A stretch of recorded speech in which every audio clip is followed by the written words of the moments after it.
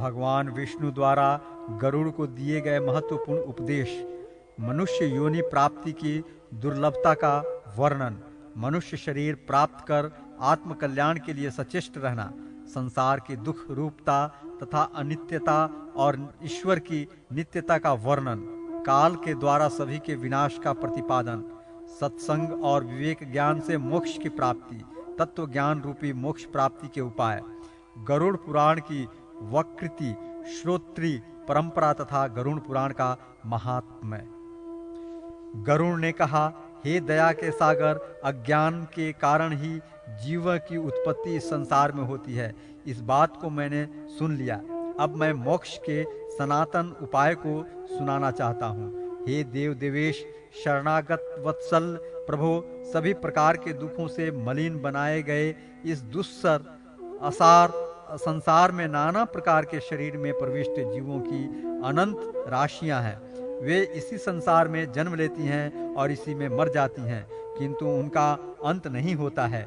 वे सदैव दुख से व्याकुल ही रहती हैं। यहाँ कहीं कोई भी सुखी नहीं है। हे मोक्षदाता स्वामीन, वे किस उपाय से मुक्त हो सकते हैं, उसको आप मुझे बताने की कृपा करें।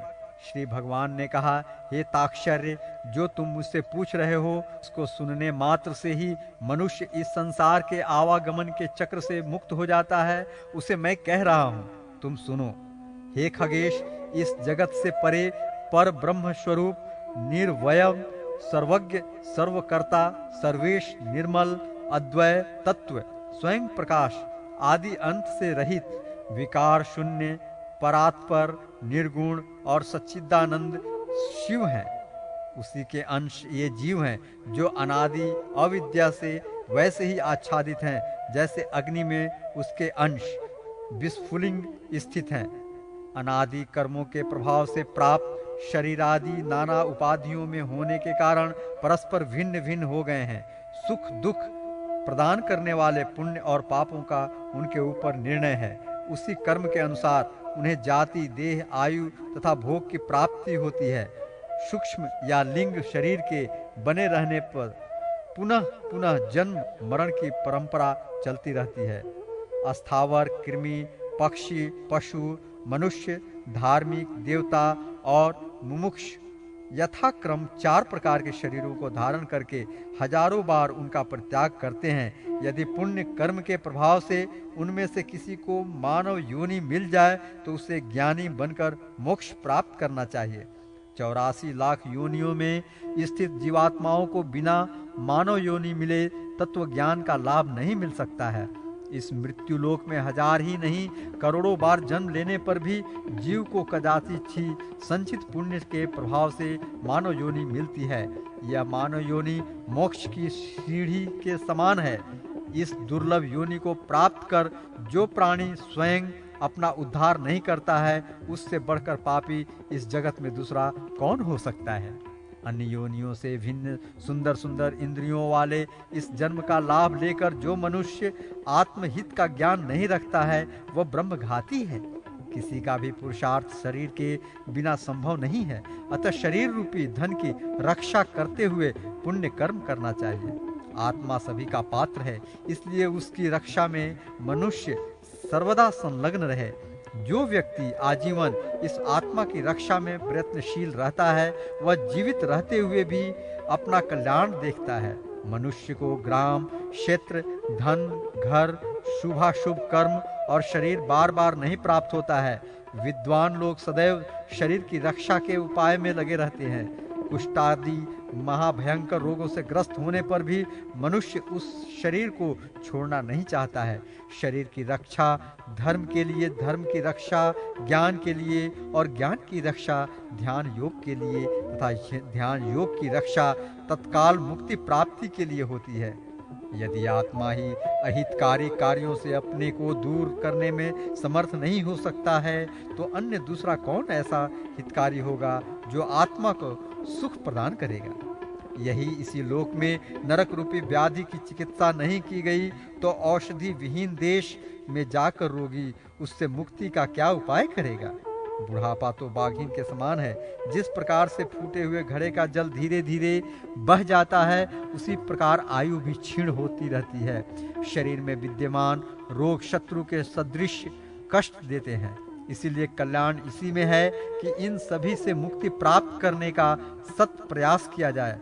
जब तक शरीर में किसी प्रकार का दुख नहीं होता है, तब तक विपत्तियां सामने नहीं आती हैं, और जब तक शरीर की इंद्रियां शिथिल नहीं पड़ती हैं, तब तक ही आत्म कल्याण का प्रयास हो सकता है। जब तक यह शरीर स्वस्थ है, तब तक ही तत्व ज्ञान की प्राप्ति के लिए सम्यक प्रयत्न किया जा सकता है। कोषागार में आग लग जाने पर मूर्ख कुआं खोदता है, ऐसे प्रयत्न से क्या लाभ। मनुष्य नाना प्रकार के सांसारिक कार्यों में व्यस्त रहने से समय को नहीं जान पाता है। वह दुख सुख तथा आत्महित को भी नहीं जानता है। पैदा होने वालों को, रोगियों को, मरने वालों को, आपत्तिग्रस्त को और दुखी लोगों को देखकर भी मनुष्य मोह रूपी मदिरा को पीकर नहीं डरता। संपदाएं स्वप्न के समान हैं, यौवन पुष्प के सदृश है, आयु चंचल बिजली के तुल्य नष्ट प्राय है। ऐसा जानकर भी जिसको धैर्य हो सकता है, 100 वर्ष का जीवन अत्यल्प है, वह भी निद्रा तथा आलस्य में आधा चला जाता है। तदंतर बाल्यावस्था, रोग, वृद्धावस्था एवं अन्यान्य दुखों में व्यतीत हो गया, और जो थोड़ा बचा वह भी निष्फल हो जाता है। जिस कार्य को तुरंत आरंभ कर देना चाहिए, उसके संदर्भ में जो उद्योगहीन होकर बैठा है, जहाँ जागते रहना चाहिए वहाँ जो सोता रहे, तथा भय के स्थान पर जो आश्वस्त होकर रहता है, ऐसा वह कौन मनुष्य है जो मारा नहीं जाता। जल के फेन के समान इस शरीर को आक्रमण करके जीव स्थित है। यहाँ जिन प्रिय वस्तुओं के साथ सन्निवास है, वे अनित्य हैं। अतः जीव कैसे निर्भय होकर नितांत अनित्य शरीर, भोग और पुत्र कलत्रादि के साथ रहता है। जो अहित में हित, अनिश्चिति में निश्चित और अनर्थ में अर्थ को विशेष रूप से जानने वाला है, वह व्यक्ति अपने मुख्य प्रयोजन को नहीं जानता। जो देखते हुए भी गिर जाता है, जो सुनते हुए भी सद्ज्ञान को नहीं प्राप्त कर पाता है, जो सद्ग्रंथों को पढ़ते हुए भी उसे नहीं समझ पाता है, वह देव माया से विमोहित है। काल के इस गहरे महासागर में यह संपूर्ण जगत डूबता उतराता रहता है। मृत्यु, रोग और बुढ़ापा रूपी ग्राहों से जकड़े जाने पर भी किसी व्यक्ति को ज्ञान नहीं हो पाता है। मनुष्य के लिए प्रति क्षण भय है। समय बीत रहा है, किंतु वह उसी प्रकार दिखाई नहीं देता है जैसे जल में पड़ा हुआ कच्चा घड़ा गलता हुआ दिखाई नहीं देता। कदाचित वायु को बांध कर रखा जा सकता है, आकाश का खंडन हो सकता है, तरंगों को किसी सूत्रादि में पिरोया जा सकता है, किंतु आयु में विश्वास नहीं किया जा सकता है। जिसके प्रभाव से पृथ्वी दहकती है, सुमेरु पर्वत विशीर्ण हो जाता है तथा सागर का जल सूख जाता है, फिर इस शरीर के संबंध में तो बात ही क्या। पुत्र मेरा है, स्त्री मेरी है, धन मेरा है, बंधु बांधव मेरे हैं। इस प्रकार में मैं चिल्लाते हुए बकरे की भांति काल रूपी भेड़िया बलात् मनुष्य को मार डालता है। यह मैंने किया है, यह मुझे करना है, यह किया गया है या नहीं किया गया है, इस प्रकार की भावना से युक्त मनुष्य को मृत्यु अपने वश में कर लेती है। कल किए जाने वाले कार्य को आज ही कर लेना चाहिए। जो दोपहर के बाद करना है, उसको दोपहर से पहले ही कर लेना चाहिए, क्योंकि कार्य हो गया है अथवा नहीं हुआ है, इसकी मृत्यु प्रतीक्षा नहीं करती। वृद्धावस्था पथ प्रदर्शक है, अत्यंत भयंकर रोग सैनिक है, मृत्यु शत्रु है। ऐसी विषम परिस्थितियों में फंसा हुआ मनुष्य अपने रक्षक भगवान विष्णु को क्यों नहीं देखता है। तृष्णा रूपी सुई से छिद्रित, विषय रूपी घृत में डूबे, राग द्वेष रूपी अग्नि की आंच में पकाए गए मानव को मृत्यु खा लेती है। बालक, युवा, वृद्ध और गर्भ में स्थित सभी प्राणियों को मृत्यु अपने में समाहित कर लेती है। ऐसा है यह जगत। यह जीव अपने शरीर को भी छोड़कर यमलोक चला जाता है, तो भला स्त्री, माता, पिता और पुत्रादि का जो संबंध है, वह किस कारण से प्रेरित होकर बनाया गया है। संसार दुख का मूल है, वह किसका होकर रहा है, अर्थात इसकी ओर जिसका मन अधिक रम गया है वही दुखित है। जिसने इस सांसारिक व्याह मोह का परित्याग कर दिया है वह सुखी है। उसके अतिरिक्त कहीं पर भी अन्य कोई दूसरा सुखी नहीं है। यह जगत सभी दुखों का जनक, समस्त आपदाओं का घर तथा सब प्रकार के पापों का आश्रय है। अतः क्षण भर में ही मनुष्य को इसका त्याग कर देना चाहिए। लौह और काष्ठ के जाल में फंसा हुआ पुरुष मुक्त हो सकता है, किंतु पुत्र एवं स्त्री के मोह जाल में फंसा हुआ वह कभी मुक्त नहीं हो सकता। मनुष्य मन को प्रिय लगने वाले जितने पदार्थ से अपना संबंध स्थापित करता जाता है, उतनी शोक की कीलें उसके हृदय में चुभती जाती हैं। विषय का आहार करने वाले देह स्थित तथा सभी प्रकार के अशेष सामर्थ्य से वंचित कर देने वाले जिन इंद्रिय रूपी चोरों के द्वारा लोग विनष्ट हो रहे हैं, हाय यह बड़े कष्ट की बात है। जैसे मांस के लोभ में फंसी हुई मछली बंसी के कांटे को नहीं देखती है, वैसे ही सुख के लालच में फंसा हुआ शरीर यम की बाधा को नहीं देखता है। हे खगेश, अपने हित अहित को न जानते हुए जो नित्य कुपथगामी हैं, जिनका लक्ष्य मात्र पेट भरना है, वे मनुष्य नारकीय प्राणी हैं। निद्रा, भय, मैथुन तथा आहार की अभिलाषा सभी प्राणियों में समान रूप से रहती है। उनमें ज्ञानी को मनुष्य और अज्ञानी को पशु माना गया है। मूर्ख व्यक्ति प्रातः काल में मल मूत्र, दोपहर में भूख प्यास तथा रात में मैथुन और निद्रा से पीड़ित रहते हैं। बड़े दुख की बात है कि अज्ञान से मोहित होकर सभी प्राणी अपने शरीर, धन एवं स्त्री आदि में अनुरक्त होकर जन्म लेते हैं और मर जाते हैं। अतः व्यक्ति को उनकी ओर बढ़ी हुई अपनी आसक्ति का परित्याग करना चाहिए। यदि आसक्ति छोड़ी न जा सकती हो तो महापुरुषों के साथ उस आसक्ति को जोड़ देना चाहिए, क्योंकि आसक्ति रूपी व्याधि को औषधि सज्जन पुरुष ही देते हैं। सत्संग और विवेक ये दो प्राणी के मल रहित स्वस्थ दो नेत्र हैं। जिसके पास ये दोनों नहीं है वह मनुष्य अंधा है। वह कुमार्ग पर कैसे नहीं जाएगा, अर्थात वह अवश्य ही कुमार्गगामी होगा। अपने अपने वर्णाश्रम धर्म को मानने वाले सभी मानव दूसरे के धर्म को नहीं जानते हैं, किंतु वे दंभ के वशीभूत हो जाए तो अपना ही नाश करते हैं। व्रतचार्य में लगे हुए प्रयासरत कुछ लोगों से क्या बनेगा, क्योंकि अज्ञान से स्वयं अपने आत्म तत्व को ढके हुए लोग प्रचारक बनकर देश देशांतर में विचरण करते हैं।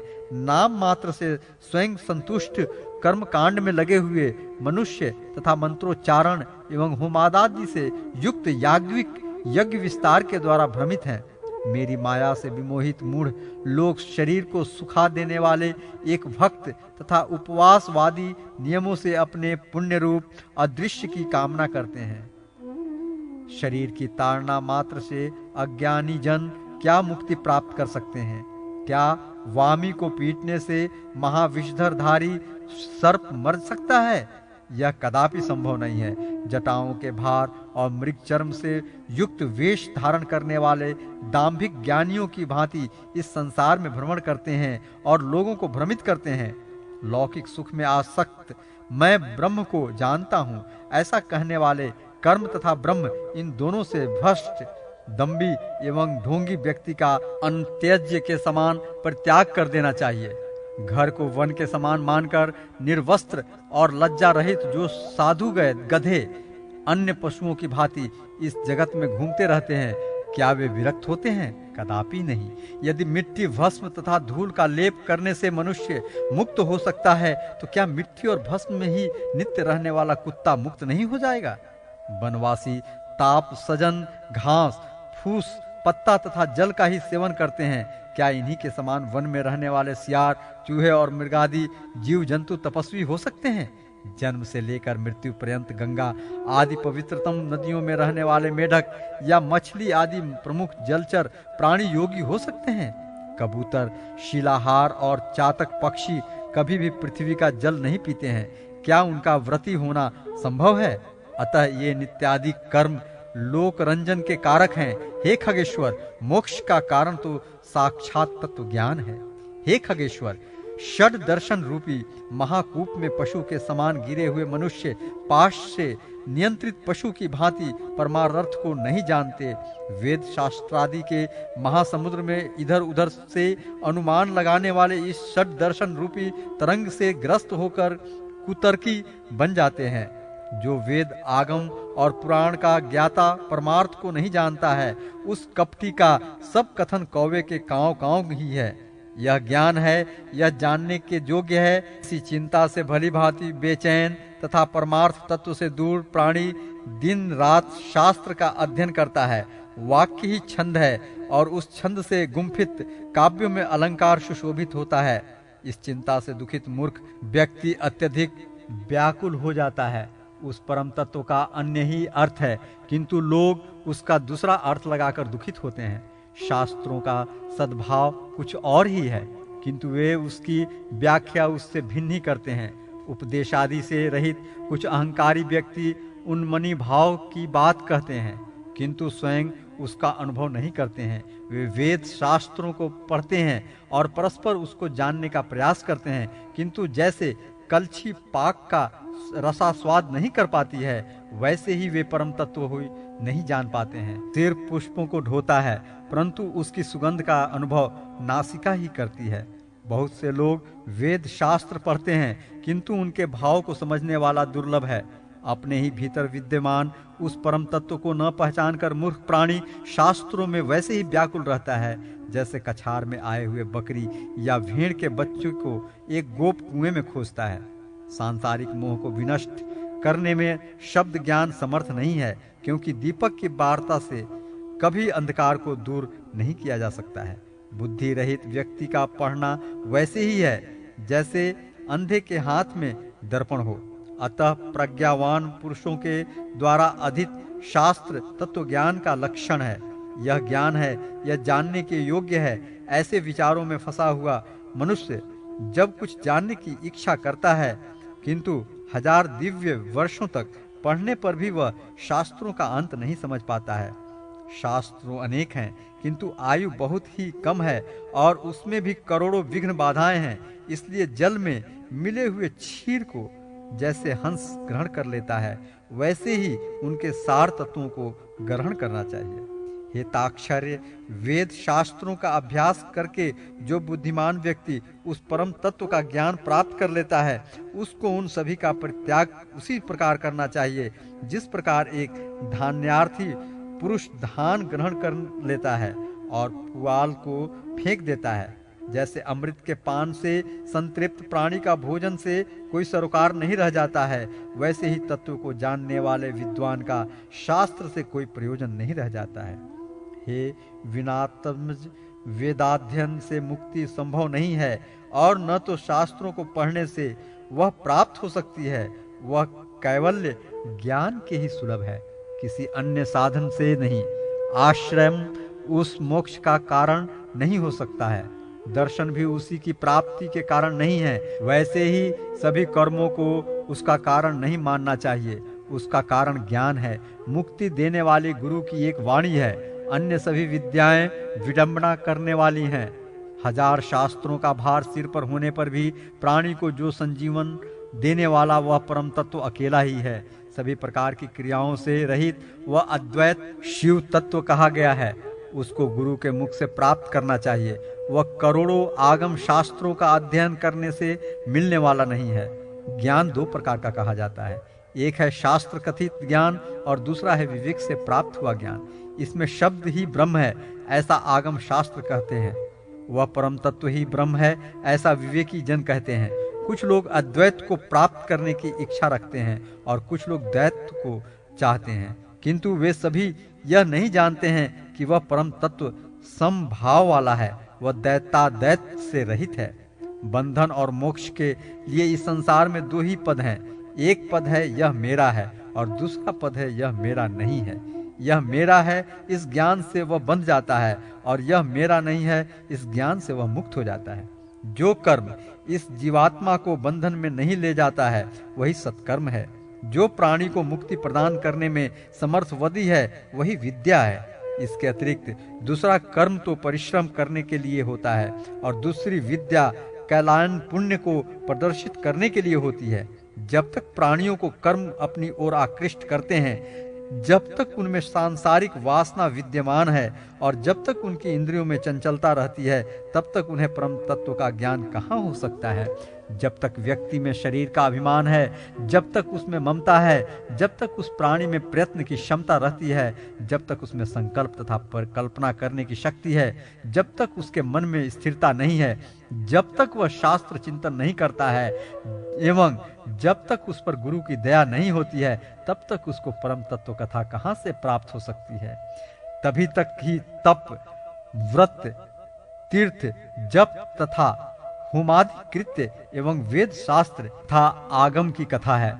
जब तक व्यक्ति उस परमार्थ तत्व को नहीं जान जाता है। हे ताक्षर्य, यदि व्यक्ति अपना मोह चाहता हो तो वह सभी अवस्थाओं में प्रयत्न पूर्वक सदैव तत्वनिष्ठ होकर रहे। दैहिक, दैविक और भौतिक इन तीनों तापों से संतप्त प्राणी को धर्म और ज्ञान जिसका पुष्प है, स्वर्ग तथा मोक्ष जिसका फल है, ऐसे मोक्ष रूपी वृक्ष की छाया का आश्रय करना चाहिए। अतः श्री गुरुदेव के मुख से प्राप्त ज्ञान के द्वारा आत्म तत्व को जानना चाहिए।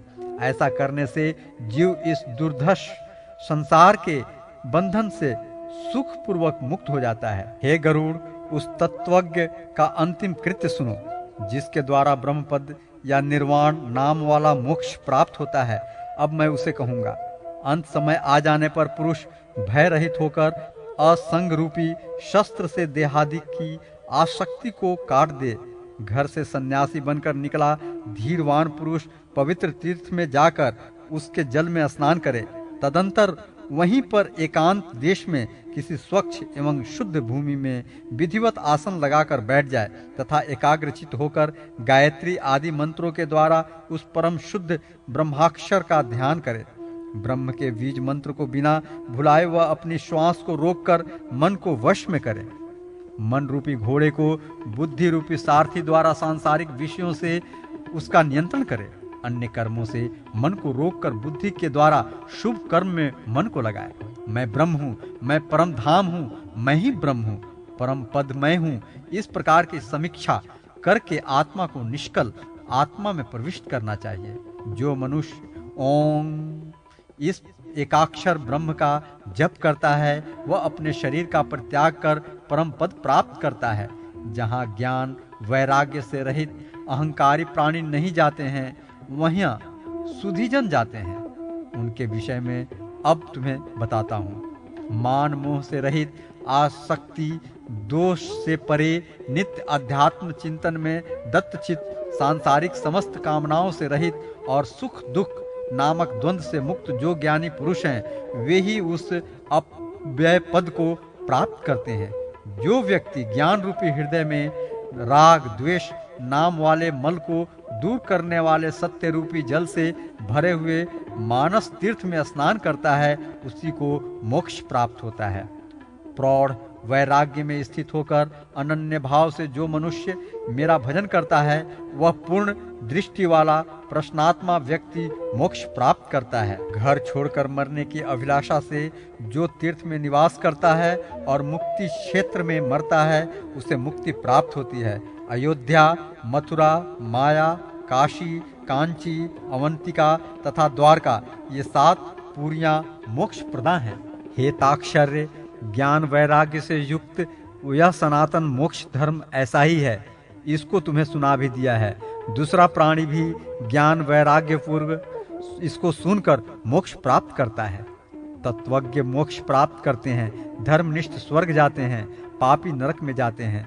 पक्षी आदि इसी संसार में अन्य योनि में प्रविष्ट होकर घूमते रहते हैं। सूत जी ने कहा, हे महर्षियों, अपने प्रश्न के उत्तर के रूप में